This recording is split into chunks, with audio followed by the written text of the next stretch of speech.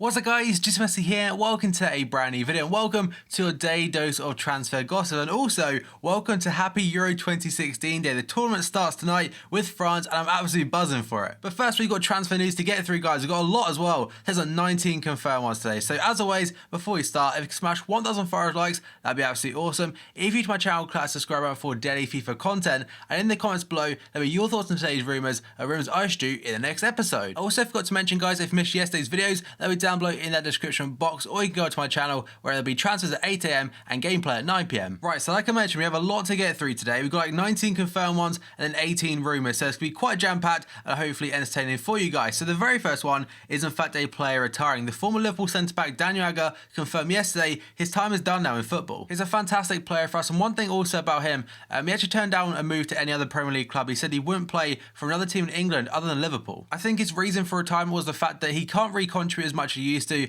and he wants to retire on a good note. So that's fair play to him, and he'll be very much missed in the world of football. And now we've gone to Michael Carrick, who has now got a new one-year contract at Manchester United. He's spoken to Jose Mourinho and he feels that he can still contribute at United. And now we've gone to Juanmi this time, a Spaniard that used to play for Southampton now and has gone to Real Sociedad on a permanent basis for £3.75 million. I think he only signed for them last summer, but I'm not sure how much that fee actually was, to be fair. Now we've gone to Darren Gibson, just like Michael Carrick, has got a new one-year contract extension. Actually no, it's till 2018, sorry, so a 2-year deal for him, and potentially under the new manager Ronald Koeman. And that should be announced today because technically they're still managers at Goodison Park. Now we got onto a manager this time, and that is going to be Sanchez Flores, the former Watford manager. Just 1 month after being sacked from Watford, he has now got a job at Espanyol. And now we move on to the young Brazilian Nathan, who is owned by Chelsea. Last season he spent out on loan at Vitesse, who are very much affiliated with Chelsea, and he will be there again next season on loan. A very big one for Sunderland fans just after yesterday's news of Patrick van Aanholt getting a new 2020 contract. Today Jermaine Defoe's now got a 3-year deal until 2019. That is huge for them. He is so pivotal in them actually staying in the Premier League, and despite him getting older now, he still knows where the back of the net is. And having someone like that is absolutely key if your team's either fighting for relegation or fighting to avoid relegation, or potentially go up the table and get like mid-table and stuff, because Newcastle, they had the players, they didn't really have that goal scorer like Sunderland had in Jermaine Defoe. And in my opinion, that is a difference between going up and going down. And now we go on to Pablo Sarabia, going to Sevilla this time from Getafe on an undisclosed fee. And I believe this actually is an upgrade card, so he must have had a decent season last year for Getafe. And now we move on to Lucas I can't say his name properly, but the club he's gone to is EA Guingamp from KAA Ghent. I think he was on loan to a French club last season, potentially a FC Nantes or something, so an okay looking CDM. Now we've gone to Gary O'Neill, going to Bristol City from Norwich on a free transfer. Now here's a new signing for Huddersfield. He's called Ivan Purovic, and this guy, he's massive. I think 194 centimeters, that's like 6'3" or 6'4", I think. But either way, he has got a hero card on foot as well, and that one is from, what club is that? It's UFA on undisclosed fee. Then we have got Nzuzu Toko. I think he was a free agent before,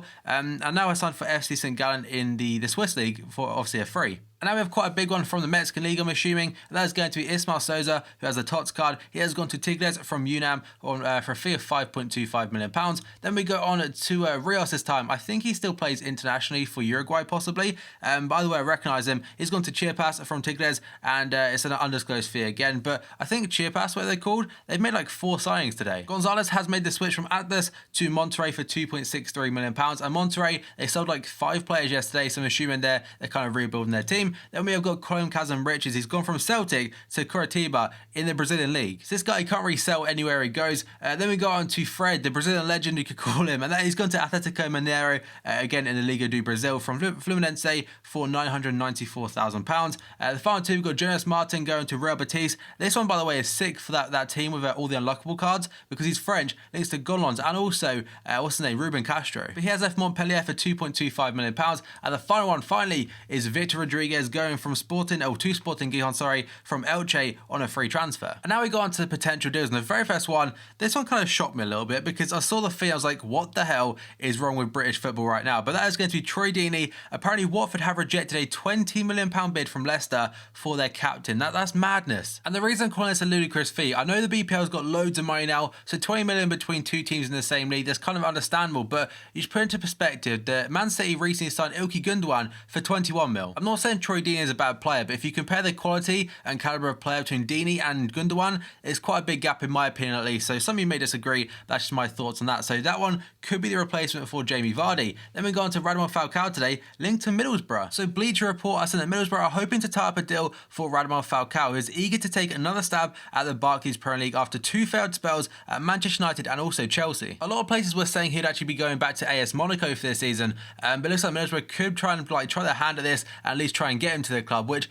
I don't know, would it be a good thing or not? Because if he gets back to his old Falcao of like the Atletico days at Middlesbrough, that'd be crazy. But it could be great for him as well, because he needs to be starting every week and get his confidence back. So I'm assuming he's still great in front of goal. Just the last 2 years or so, he's not really played that much. And now we go on to Denis Suarez. I actually put him in a confirmed one probably about a week and a half ago, but apparently it's actually still being in talks. But they finally agreed a deal to bring him back to Barca. So Sport said that Spanish champions Barcelona have reached an agreement with Villarreal attacker Denis Suarez over wages, which was the initial stumbling block apparently. The 22-year-old is set to become Barca's first signing of the summer and be quite a good one for them, because they sold him for like I think it's quite a cheap fee, and buying him back for like 2 mil, which is crazy stuff. Now we've gone to Paul Pogba, and yesterday was linked to United, the day before that was linked to City, but today according to Gianluca Di Marzio, get a guy I really trust, apparently Madrid are ready to actually offer for him, and I'm pretty sure I just bit my tongue while I saying that, but Gianluca Di Marzio is saying that Real Madrid are preparing an offer for the Juve midfielder Paul Pogba, that they're very much unlikely to pay Juve's asking price, which apparently is really extortionate. But on top of this, Daily Mail are saying that Real Madrid are ready to offer 24-year-old midfielder Isco to Juventus in a bid to sign the France midfielder Paul Pogba. So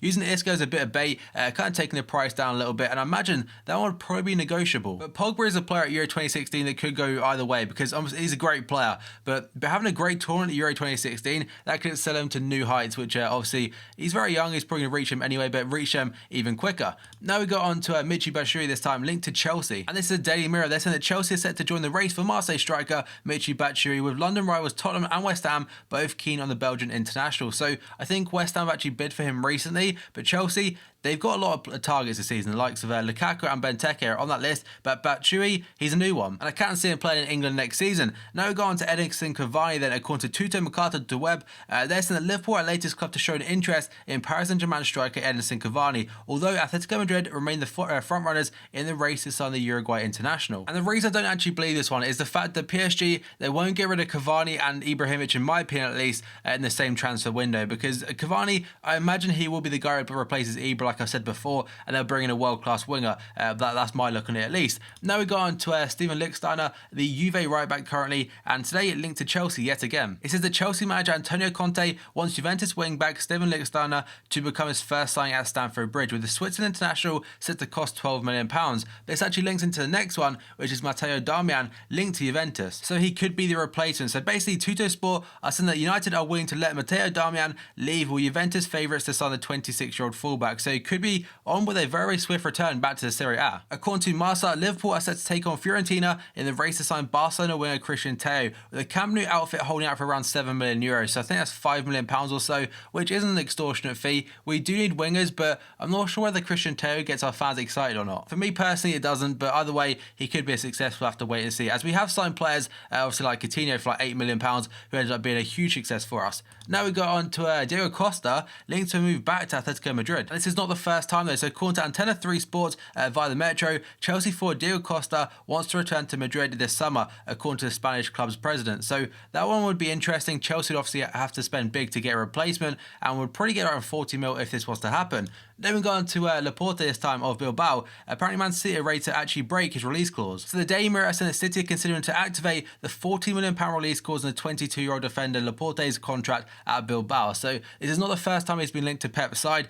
and would be a very good signing, especially with the likes of Vincent Kompany being injured quite a lot. Although Laporte currently has a broken leg and a broken ankle, I think, and he won't be back for a long time, I'm assuming. Then we go on to James Wilson today, linked to Wolves. According to Express and the Star, Championship side Wolves are set to sign the 20-year-old United forward James Wilson on a season-long loan. So the Serie A's most wanted man currently seems to be Pjanić of Roma. So the Bosnian today linked to Juventus. They're saying Juventus are set to sign Roma playmaker Pjanić for £25 million. The 26-year-old has been linked to Manchester United and also Barcelona, according basically to Gazzetta dello Sport. And I'm assuming Roma may try and cash in him this summer because next summer his release clause actually goes down from where it currently is. So Juventus could be a very good destination for him, but it probably would mean the Juve would have to get rid of someone in that central area to accommodate his place. Then we go on to Joe Allen, the bearded wizard today. So Swansea City chairman Hugh Jenkins has admitted the Welsh club are interested in bringing back Joe Allen to Swansea City and the Liberty Stadium. Allen's Liverpool future is currently in doubt, with no discussions over a new contract extension for the midfielder, whose deal currently runs out next summer. Liverpool would demand at least £10 million from Swansea City before they allow Joe Allen to return to the Welsh side, and Liverpool would also be happy for Allen to stay, while understanding he is seeking more regular starting play. So he wants game time. He may have to be a bit of a predicament right now, whether to go back to Swansea, be straight into that midfield,